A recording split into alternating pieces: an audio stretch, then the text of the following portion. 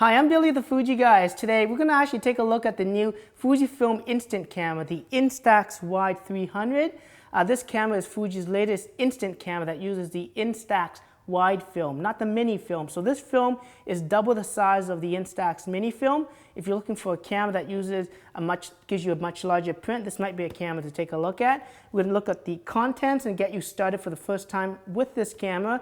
Depending on the country that you purchase this from, the package may differ as well as the content in regards to if the package includes film or not. So you want to check that out, okay? So let's take a look at the contents of this camera. Let's go ahead and unbox the new Fujifilm Instax camera, the Instax Wide 300. Depending on the country that you purchase this camera from, it's going to differ in terms of packaging because this particular package here will include a free pack of Instax Wide film. So let's just take a look at the contents of the new Instax Wide 300. So opening up the box, of course, we're going to have several contents here. We have the owner's manual, both I guess here in English and in French, and also various different languages. As you can see, it's a little bit of a diagram on the camera, how to set things up. And of course, this video is going to show you how to get this camera up and running right away. So let's put that aside. Let's pull out the camera, which is the bulk of the contents. And of course, it's in a bubble wrap package here. And again, I'll put just the bubble wrap aside for now. And as you can see, this is the Instax Wide 300. It is quite large compared to the Instax mini camera. And of course, that's because it's all about the size of the film. The film itself uses Instax wide film, and it's double the size basically in terms of width compared to an Instax mini film camera. Okay, so that's just the Instax wide. We'll put that aside for a second and we'll take a look at the rest of the contents. Inside the box, you of course have a camera strap, and of course the strap can be attached onto the camera, onto either side here of the camera. And of course, it's quite simple. Just like any other strap, you would actually end up, looping this strap through, and then of course,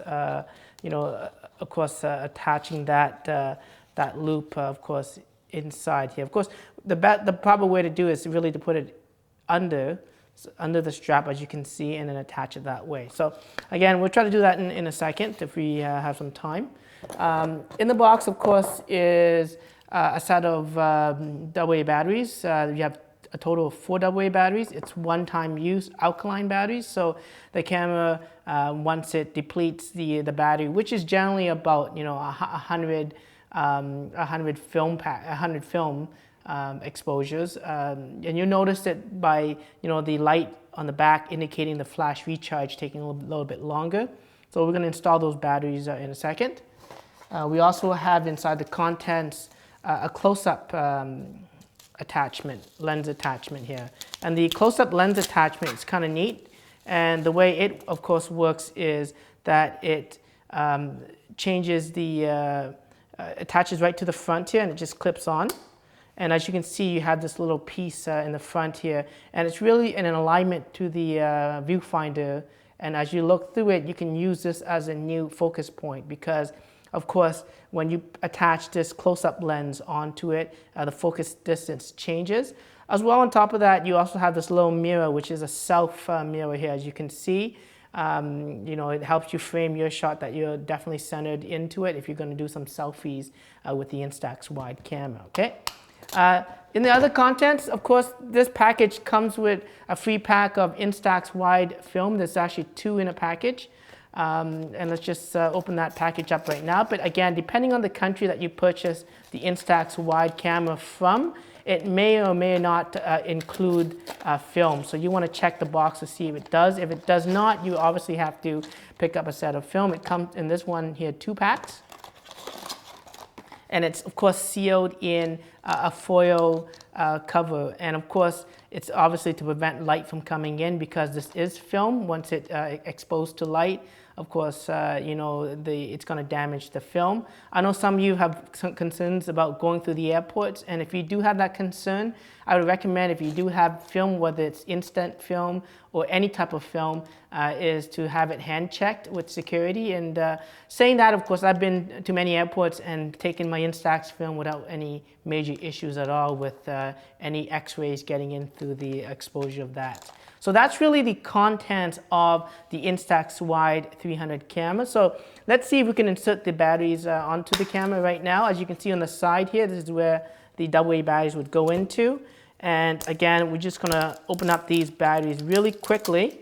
Again, because this is AA batteries, they are one-time use. So if you wanna get rechargeable batteries, you can. You can pick up a good set of nickel metal hydride batteries. Again, you want to follow the instructions in terms of the orientation of the AA batteries. So that's one, we got two right there, three, and then of course the last one right here. So you want to make sure that the batteries are oriented correctly. There's the little diagrams inside. And of course, you can just turn on the camera. If it turns on, obviously you have the batteries incorrect. So before you think the product's either defective, just check that the batteries are inserted correctly. That was your on and off switch, by the way. Now let's see if we can insert the film onto the camera as well. So I'm going to open up this package for the very first time. It is sealed, as you can see. It does have a protective cover. This is the part that actually goes into the camera itself. So this is how you would actually insert the camera. If you see the yellow tab here in the top right hand corner, that's the way that it should fit into the camera itself. There's a little clip here to push down, and it actually opens up the back of the camera. As you can see, we can look right through the lens when the camera's turned on, and light travels through the lens and then it hits the actual film, because this is the protective film that's on it. So in order to insert the film, you want to match that yellow tab to the yellow tab right there. And of course, we're just going to put it in place. Okay. There we go. Don't want to jam it in. It just fits in like that. And then, of course, if you close the film, it should clip in place. And if you look at this little window here, it will indicate, of course, it aligns to the yellow tab that you saw on the film, so you know that there's film actually being loaded in the camera itself. So now that the film is loaded, of course, we have the option, of course, of attaching the hand strap here. So for this video, I'm not going to attach it completely, but I'll just show you quickly how to loop that in. So as you can see, you got the strap like here. I like to go with this from the top down, and then hopefully you can get this to loop in for me. There you go. So once it's looped in like that, of course you can slide this forward. And then the way to do this, of course, is to just push this forward up. It goes right under, and we're gonna just slide it in like that. Pull it up, and then slide it back down. And then we can lock it in place like that. And if you just pull on it, it's now tightened. Of course, you can adjust this back and forth. And you would do the same for the opposite side as well. Okay, so that's just, I wanted to show you that quickly, but I want to take it off because it's much easier for me to demo the product with it off. And then, of course, turning on the camera is just this on and off switch right here. So you're just going to twist it to the right, and it powers on the camera. When it first powers up, you can see there's a little light on the back here. That just indicates the charge recycle time for the built-in flash. So when the light goes off, of course, the camera is ready to go. Now, it indicates on the LCD that there's no exposures left. That's because there's that protective cover on front of that, on the film cartridge itself. So we want to take the first shot, and that's going to eject the protective cover, as you can see right there. Okay, so that was your protective cover. We can put that aside. Now the film's ready to go. You got 10 exposures. There's different dials back here, the L and D, that stands for light and dark. And pushing it will toggle between the different modes, so L and D. So there's really 3 different options. So when you don't have anything displayed on the back, that means that it's on normal exposure. If you want to make the picture lighter, you want to have it indicated as L to make the picture much brighter. And if you want the picture to be darker, then you would push the button again and it would show that it's D. So D stands for dark, and it's going to make a darker exposure of the scene, and that's done through, of course, the built-in aperture that it's going to close it down a little bit to let less light get into the lens and onto the film. Okay, so I'm going to put it back just to the normal exposure. Then you got this flash button on the right here that toggles between the different modes. You got force flash, and then you basically have auto flash when you don't see a flash indicator on it. As you can see, you have the optical viewfinder, and then you have this little LED light that again indicates that the flash is ready to shoot. On the front of the camera, of course, you got the opposite side of the optical viewfinder. You got some sensors here to determine basically the amount of light that's coming in. And so it determines what shutter speeds the camera should operate on. Again, this is because it's an automatic camera. The exposure is going to be done automatically for you. This is basically your focal focus distance. So turning it sets it to basically 3 meters to infinity, and turning it to the right again changes it to a close-up of 3 meters, and then of course much closer than that. And then of course attaching this piece onto the front allows you to do, of course, close-up shots. So that just clips right into the front of the lens, I believe. There you go. And first shot, I guess, let's do a selfie, okay? So I'm gonna set it up to do a close-up, and then just take a little selfie here myself. So I centered my face onto that little mirror.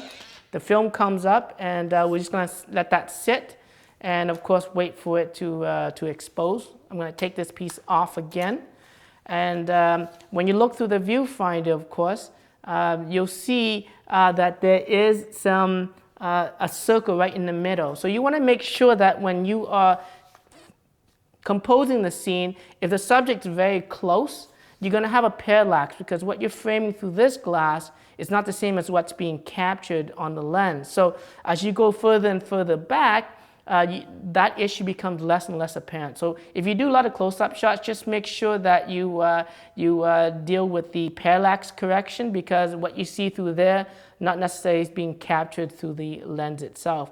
And that's why you have, when you attach the close-up lens, you have this extra circular piece that helps you position the focus point for the camera, so that you don't have a misalignment when it comes to taking that shot. So that's just how you take pictures. If you want to ensure that the flash always fires, you can push it, and then of course we're going to take a flash shot right here. And again, I'm going to change my focus distance to 3 meters to infinity, and see if we can get a different shot right here. So again, this film is, again, double the size of an Instax mini film. As you can see, if I cut this in half, I basically would have a Instax mini film.